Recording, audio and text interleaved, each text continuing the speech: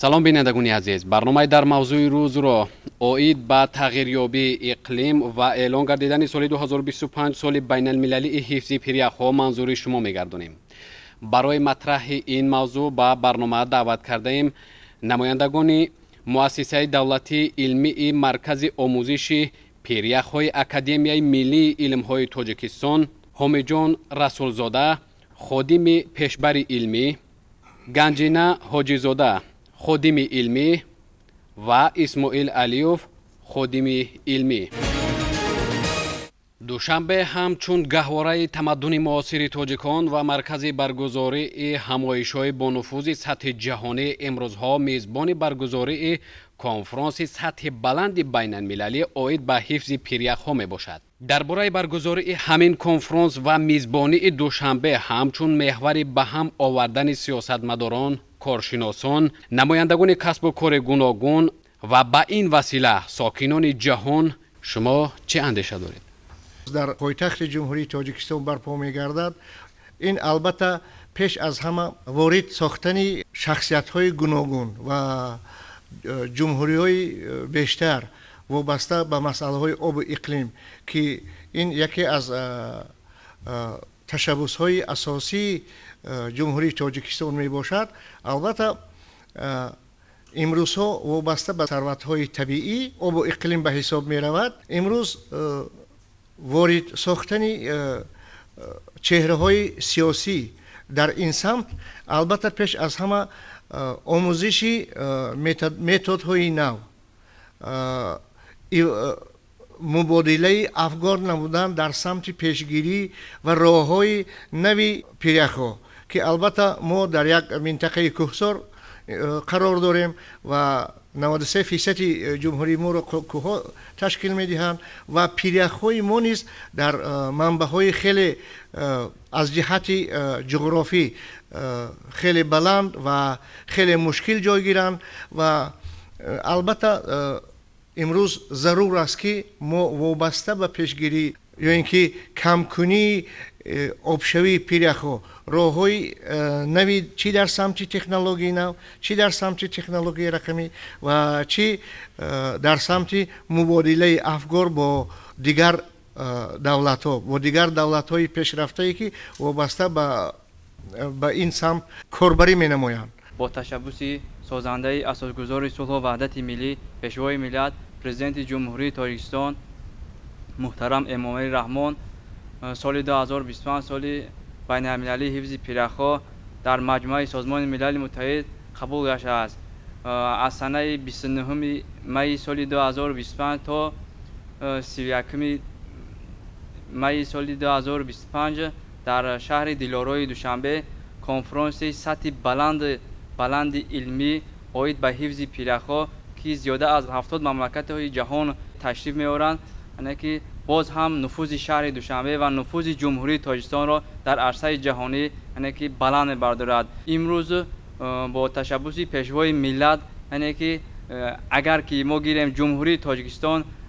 аз рӯи захираҳои обӣ дар ҷаҳон ҷои ҳаштумро ишғол кунад, яъне ки дар ҷумҳурии тоҷикистон захираҳои зиёди манбаъҳои обӣ мавҷуд аст. нақши баргузории конфронси сатҳи баланди байналмилалӣ оид ба ҳифзи пиряхҳоро дар муаррифии имиҷи сиёсии тоҷикистон шарҳ медодед. албатта яке аз ҳадафҳои конфронси сатҳи баланди байналмилалӣ оид ба ҳифзи пиряхҳо ин дар раванди фаҳмоиш, дар раванди омӯзиши фақат аҳолии минтақа не, балки дар тамоми дунё муаррифӣ намудани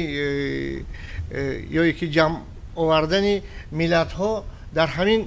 раванди тағйирёбии иқлим ё ки дар раванди ҷаҳонишавии давлатҳоро дар бар мегирад. бо пешниҳоди ҷониби тоҷикистон аз тарафи созмони милали муттаҳид соли 2025 эълон гардидани соли байналмилалии ҳифзи пиряхҳо аз муҳимияти масъала шаҳодат медиҳад. ба маврид аст ки ҳамин муҳимиятро мутаносибан тавзеҳ медодед. مسلم است که محض نتیجه سعی کوشش‌های پیوسته اساسگذار صلح و وحدت ملی، پیشوای معظم ملت، پرزیدنت جمهوری تاجیکستان محترم امامعلی رحمان در تاریخ 14 دکبر سال 2022 مجمع عمومی سازمان ملل متحد ضمن برگزاری اجلاس 77 خود قطعنامه سال 2025 همچون سال بین المللی حفظ پیریخ‌ها را که از جانب جمهوری تاجیکستان تحت ریاست رهبر دولت پیش بینی شده بود با پشتیبانی 153 دولت عضو سازمان ملل متحد با خوشنودی پذیرفته شد. محض با نظرداشت این مسئله پیشوای معظم ملت محترم امامعلی رحمان ضمن سخنرانی‌های پرمحتوای خود ذکر نموده بودند که عین زمان آبشوی با سرعت پیریخ‌ها در برابر زیادشوی استعمال آب که از افزایش اهالی و رشد اقتصادی مربوط است در نتیجه می‌تواند در سال‌های آینده عاقبت‌های زیادی منفی را به بار آورد. سال 2025 سال بین المللی حفظ پیریخ‌ها و این چنین همساله در جمهوری تاجیکستان 21 مارس همچون روز بین المللی حفظ پیریخ‌ها در زمینه این در نزد سازمان ملل متحد تأسیس دادن خزینه باوری بین المللی برای سهمگذاری حفظ پیریخ‌ها و همزمان در شهر دوشنبه در سال 2025 برگزار نمودن کنفرانس سطحی بین المللی راجع به مسائل حفظ پیریخ‌ها و دیگر چاره‌بینی‌های مربوط به این مسائل برگزار کرده می شود. باید قید کرد که قبول چنین قطعنامه مفید و سریع با ابتکار به واسطه رهبر دوراندیش و خیرت پیشه و بشردوست ما یک پلتفرمی را به وجود آورد که عالمان، محققان و کارشناسان داخل و خارج کشور را وظیفه‌دار می‌نماید تا به مسئله راه‌های آموزش و تحقیق حفظ پیریخ‌های حدود کشورمان باز هم مشغول‌تر جدی شوند. تشبس‌های بین المللی تاجیکستان در سیمای پرزیدنت جمهوری تاجیکستان پیشوای ملت محترم امامعلی رحمان، کارشناسان سطح بین المللی و انستیتوت و سازمان‌های بنفوذ جهانی یک وسیله عاقلانه و دوراندیشانه پیشبرد فرهنگ صلح آفری اعلان کرده‌اند. در این خصوص نظر خود را ابراز می‌داشتید. باعث افتخار است که امروز در مجمع سازمان ملل متحد 5 تشبس اساسگذار صلح و وحدت ملی پیشوای ملت پرزیدنت جمهوری تاجیکستان محترم امامعلی رحمان راه اندازی کرده شده است. این روزها در سراسر جهان قریب 1 میلیارد اهالی کره زمین از آب نوشاکی تنقیصی میکشند. اساساً مملکت هایی که از آب نوشاکی بسیارتر تنقیصی میکشند مملکت های آفریقا به حساب می رود و امروز وابسته به تغییریابی اقلیم و بلند شدن حرارت هوا و آب شدن سطح پیرخ‌های جمهوری تاجیکستان با تشبس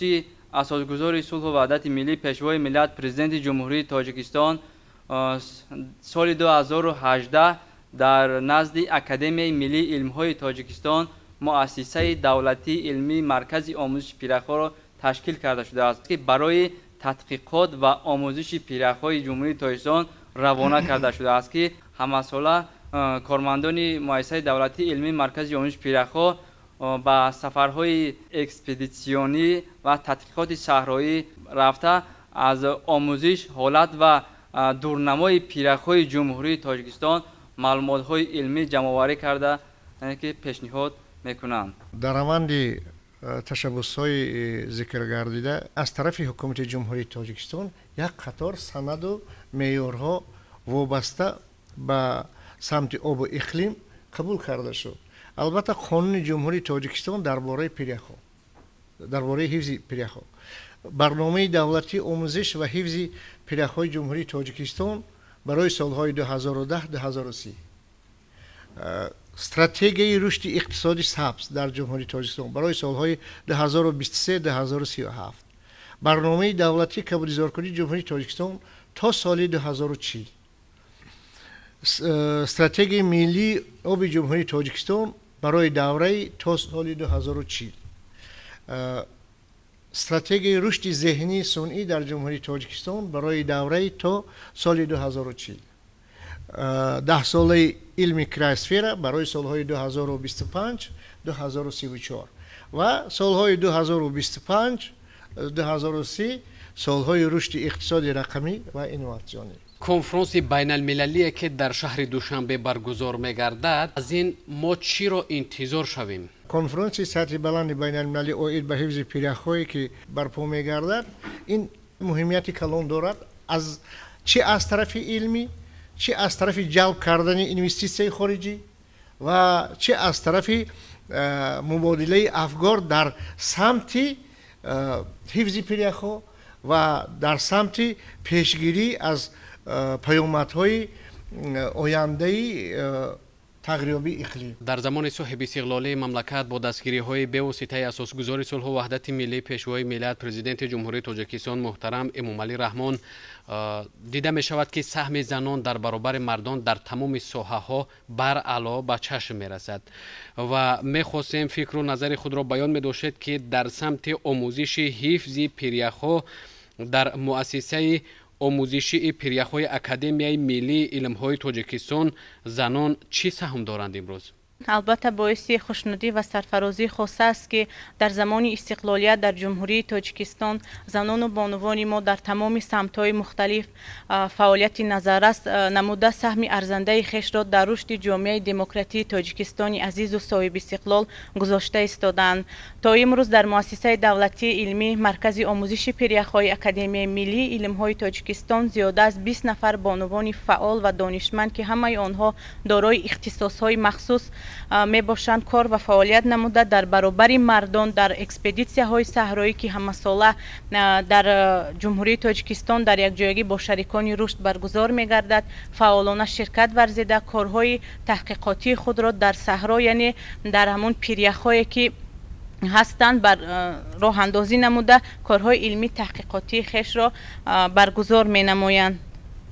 بانوان ما تا امروز در 35 اکسپدیسیه ها یعنی کارهای علمی تحقیقاتی صحرایی که اکثریت آنها اکسپدیسیه های بین المللی به حساب می رود فعالانه شرکت ورزیده تا بلندی های 5500 متر از سطح بحر کارهای علمی تحقیقاتی خیش را به انجام رسانیدند. از شماره عمومی پیره‌هایی که در جمهوری تاجیکستان به قید گرفته شده است ده‌ها تای آن الکی آب شده از بین رفته‌اند. وابسته به پیشگیری از آبشوی پیره‌ها در کشور تا به امروز چه اقدام‌ها پیاده کرده شده است؟ اساساً راه‌های حفظ پیره‌ها یکچند عامل‌ها موجود میباشد که اساسی حفظ پیره‌ها رو این پیشتر کبودی‌زارکنی یعنی که کبودی‌زارکنی میتواند پیشروی تغییریابی اقلیم و حاصل کردن ماکرو اقلیم و همون گرد و چنگ هایی که از کارخانه های صنعتی به هوای اتمسفر پهن می شود می تواند به خود درخت قابلیت دارد که به خود یعنی جلب کند و راه دیگری حفظ پیره‌ها از نقطه نظر علمی این در هر یک منطقه های گوناگون ساختن آب انبارهای خرد کلها قابلیت دارند که به خود یک میکرو اقلیم حاصل میکنند که برای پیشگیری یعنی که آبشوی حفظ آبشوی پیره‌ها یعنی که امین نگاه می‌دارند و تغییریابی اقلیم رو هم کاهش می‌دهند. تغییریابی اقلیم و آبشوی پیره‌ها باید از تکنولوژی کمپارتو یعنی که استفاده بریم که اساسی کارخانه‌های صنعتی که به هوای اتمسفر دو اکسید کربن یعنی که دو اکسید کربن پهن میکنند این باعث تغییریابی اقلیم و